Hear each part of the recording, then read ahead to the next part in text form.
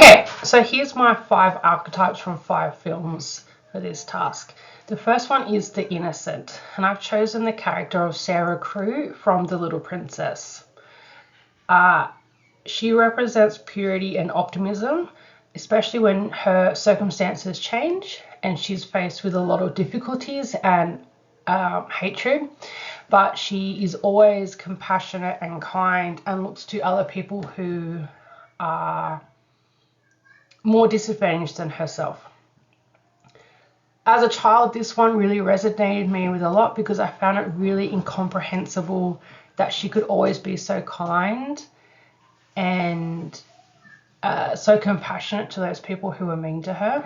But I think she's a really good example of the child and the innocent and responding to harshness with kindness. Okay, the next one is the hero, and I've chosen Ellie Linton from Tomorrow When the War Began. Again, as a child, I read all of the John Marsden books, and so I really identified with her as a hero from a very young age, probably like an early teen. She really is the driving force in the story, and while there are a lot of the other characters and they all have major roles, it's from her point of view that we see the story unfold. And again, like it says in the slide, she's courageous, and she's strong, but she sometimes struggles with letting go of control and allowing other people to step into that leadership role. So I really identified with her as well. So the next one is the jester. And for this one, I've chosen Fat Amy from Pitch Perfect because she's funny and she's witty, but she's also very self-deprecating in that she'll say the joke before anyone else can joke about it. It's sort of like it is a defense mechanism. If she highlights the fact that she's fat, then no one else will talk to her like that. But again, also she uses humor to diffuse awkward situations. But this can mean that people don't take her seriously or that people don't understand that she still has feelings.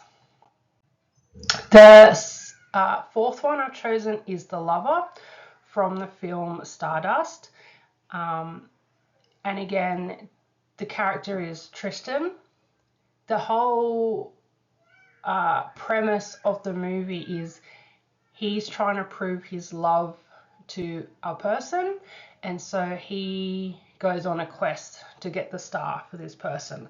But he's very much a dreamer, and he wants to be in love for the sake of being in love.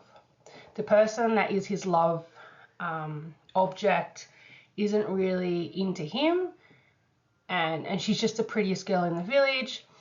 She's not really suited to him, but he just has this idea of the romantic and this idea of being in love for the sake of it.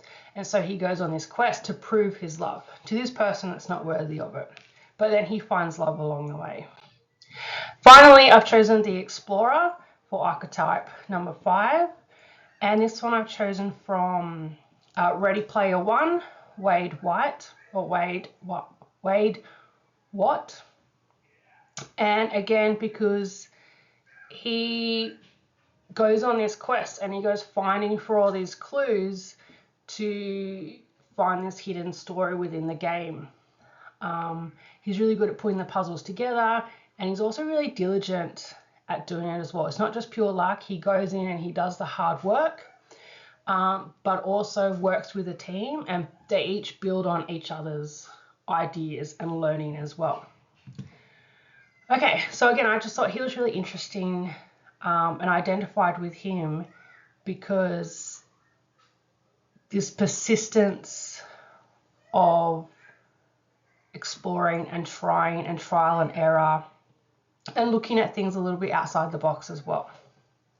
So just some reflections that I had was that it's really easy to find a hero because obviously a lot of the movies that we watch and the stories that we have a hero, And I guess that's because we all want to be the central character of our lives.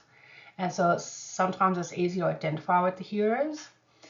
Sometimes it is a little bit harder to identify which archetypes are sort of relating to what need and what we need from them.